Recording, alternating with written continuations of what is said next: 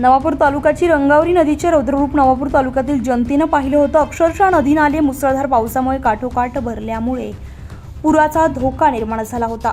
नवापूर शहराला वळसा घालणारी रंगावरी नदीपात्रामध्ये वय वर्ष 53 असलेल्या एका व्यक्तीचा मृतदेह आढळला असून पोलीस प्रशासन घटनास्थळी दाखल झाले होते। पोलिसांनी संपूर्ण तपास सुरू केला असून दिनांक 5 सप्टेंबर 2024 पासून विक्रम बापू गावित वय वर्ष 53 हे बेपत्ता होते तशी नोंद नवापूर पोलीस ठाण्यामध्ये दाखल करण्यात आली होती। दरम्यान आज सकाळी रंगावरी नदीच्या पुराच्या पाण्यामध्ये मृतदेह आढळला असता गावकऱ्यांनी माहिती मिळवली असता विजापूर येथील रहिवासी विक्रम बापू गावित हेच असल्याचं निष्पन्न झालं असून घटनास्थळी नागरिकांनी मोठ्या प्रमाणात गर्दी केली होती। घटनास्थळी जमादार केशव गावित, दिनेश बाविस्कर, प्रेमानंद काळे, भटू माळवे हे पोलीस अंमलदार दाखल झाले। पुढील कारवाई पोलीस निरीक्षक शिवाजी बुधवंत यांच्या मार्गदर्शनाखाली तपास सुरू आहे। 24 लाईव्ह महाराष्ट्र न्यूजसाठी पंकज आहिरे, नवापूर, नंदुरबार।